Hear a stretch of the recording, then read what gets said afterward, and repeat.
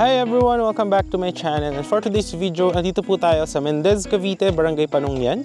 So meron po tayo dito available na 4 lots. Ayan.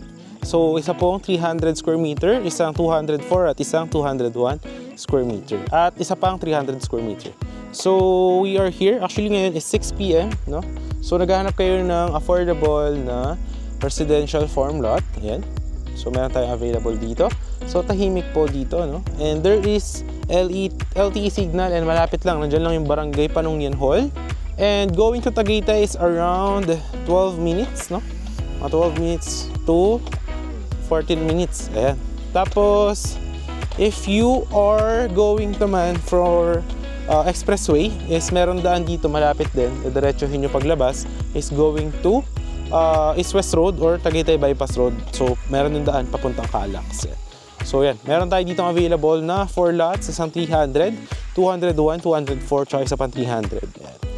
And papakita ko siguro sa end of this video yung video ng motorcycle natin from this property palabas doon sa highway. Yan. So actually maganda rin siya, no? Perfect siya lagyan ng small house, tapos lagyan mo ng garden mo, no? So para siyang getaway from the city life, no? So buhay probinsya kumbaga. And yan, ito, meron siya mga concrete roads, drainages, yan, perimeter fence. Tapos pag natapos na yung development is any house design upon development. So yung isa nating 350 square meter is this one. So ito siya guys, yan, haba po yan. 350 square meter siya, ito. Yan, so dire-diretso doon. So pakita ko sa inyo yung isang view. Yan, ito. So ito yung highway. So yan siya, 350 square meter. So from there, yan, pahaba yan dyan. Yan, tapos pahabang ganun. Yan, padiretso yan doon. Hanggang doon sa may dulo pa yan ng mga puno. Pakita ko sa inyo. Dito pa yan. Hanggang doon pa yan sa may mga puno. Pakita ko sa inyo. Yan. So hanggang doon guys, tatanggalin pa yan. Yan, hanggang sa may puno na yan. Alright, so dyan yung perimeter fence. Yan. Tapos pahabang ganyan. Pakat siya ng ganyan. Tapos dito sa kabila, yan, 350 square meter siya. Yan. So, de-develop pa yan. Tatanggalin pa itong mga dumi dito ng mga grass. Yan. So, i-level pa yan. No? So, yan. Yan yung isang 350 square meter natin. So, very affordable po yan, no? Yan. Tapos, meron tayong dalawang lots na magkatabi, no? Pakita ko siya sa inyo. Alright. So malamig dito guys, lalo pagka madaling araw tsaka gabi. So ngayon kasi 6 PM, so halos same weather Tagaytay din siya, no? Yung isa pa nating 300 square meter is nandoon lang siya. Kung ano siya, para siyang inner lot na corner. So napapagitnaan siya. So maganda rin, nandun lang siya banda sa kabila, no? So, pakita ko muna sa inyo yung 204 tsaka 201 square meter. Actually, malamig ngayon guys. Ayan o.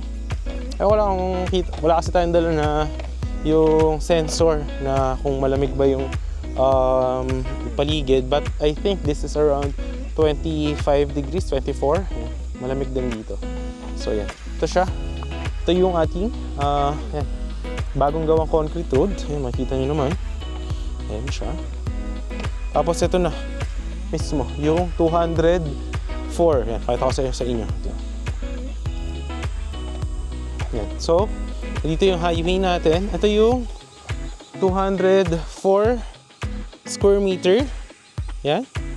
Ito naman yung 205. Yan. Ito 204 tsaka 201. Yan, magkatabi yan sila. So, yan. Ito yung palabas going to the guardhouse, tapos sa barangay hall. Yan, dire-diretso. Nandun yung 350 square meter kanina. Nandun yung 300 square meter doon sa isa doon. Yan. So dito siya, 201 square meter, tapos 204. Actually malaki to. Hanggang dito yan guys. Yan, padiretso yan dyan. So yan, pag ganito, hanggang dito yan sa gitna. Malaki to guys. Malaking low pa to. Yan, nililevel na rin. Ayan, kita nyo naman. Naayos na rin siya. So hanggang dyan yan sa gitna. Kasi meron din kayong katalikuran. Ayan. So yan, mahaba siya, no? Pag ganyan, no? Diba? Yan, yan yung isang 200. Ayan, no? Tak. Pahaba yan. Tapos yung isang 200 din nakatabi, nandiyan. Tapos, ayan na yung harap nyo. Ayan, gagawan niya ng perimeter fence dyan. Alright. Ayan na, tapos na rin actually yung concrete road doon sa kabila. Ayan. So, makita nyo dito yung mga perimeter fences. Ayan, patat sa inyo. Ayan. Ayan o. So, ayan. Perimeter fence na yan, dyan sa dulo. Ang kagandahan, ito yung tapat nyo. Ayan o. Diba? So, lalagyan niya ng perimeter fence dyan. So, pwede nyo siya parkingan ng sasakyan. Kasi wala naman natitira dyan. Diba? So, kung dito kayo sa tapat, so, pwede na, 200 square meter kayo, diba? Pwede na nyo yan parkingan, diba? Sa future. Or, lagyan nyo ng parang mga plants nyo dyan. Oh. Ayan. So, maganda. Diba? Parang, kumbaga, wala na nakatira dyan sa harap. Ayan. So, malaki yung magiging space nyo. Siyempre, halimbawa, dito nyo pinark yung car nyo, o dito, makakadaan naman yung mga ibang kapitbahay. Tapos pwede nyo taniman yan dyan kasi wala naman ng, wala naman ng titira dyan, di ba? So, yan. Ganda siya, guys, actually. Ayan, pag ganyan siya. Alright. So, puti na natin yung perimeter fence para makita nyo din. Ayan. So, dito yung isa. Dito naman yung 201. Ayan, 201 square meter. Dito. Pahaba yan doon sa gitna. Pag ganyan. Tapos yung isa katabi pag ganon. 204. Ayan. Tapos malapad yung kalsada. Ayan. Kasya dalawang sasakyan. SUV. Ayan. Alright. So ayan, ginagawa na rin yung mga natin, perimeter fence. Ayan. So yung drainage yan, tapos na. Nabaon na siya dyan. Alright. Kita nyo naman yan dyan. So ayan yung development nyo. Ayan, diba? Yan, yung mga drainage, binabaon pa yan dyan. Alright. So, yun guys. Tapos yun, yung isa pang 300 square meter andun sa kabila. So, yun. Pero halos same lang din naman ang itsura. No? Pero yan. Pero maganda dito, yung itong dalawang magkatabi na 200 square meter. So, yun. Tapos ito, inaayos na yung perimeter fence. Ayan, no? Diba? Lapad yung kalsada with drainage, so hindi siya binabaha. Affordable, hindi siya presyong Tagaytay, pero malapad siya sa Tagaytay. Around 12 minutes, no? 10 to 12 minutes. Yan. Tapos, yun. Upon completion ng project, so any house design, no? Tapos, yun, pwede kang magtayo ng mini garden mo. Yan, depende na sa iyo yan. So, perfect siya na retirement investment. Para kung kayo mahilig, meron kayong mga anak, yan, pwede rin silang maglaro-laro dito, di ba? So, yan. Parang getaway, getaway lot. Yan. So, yun lang naman yung ating sharing for today. Maraming salamat sa panonood. And malamig dito, guys.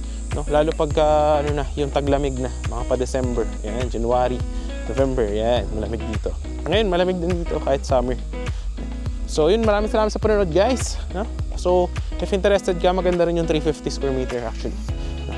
So, kung gusto mo malaki-laking lot, I highly advise that one. So, yun na lang yung available lots natin dito. Yan. So, maraming salamat sa panonood, guys. I hope na appreciate nyo siya. Message nyo lang ako sa Viber or WhatsApp if interested ka sa mga property na to. So, yun, guys, maraming salamat po sa lahat. And ipapakita natin yung video naman na nagmamotor tayo at the end of this video para makita nyo kung gaano siyang kalapit to the highway. No? So yun, maraming salamat po sa panonood. So, God bless po sa ating lahat and ingat po sa atin, lalo na sa mga nasa ibang bansa nating mga OFW. Bye-bye!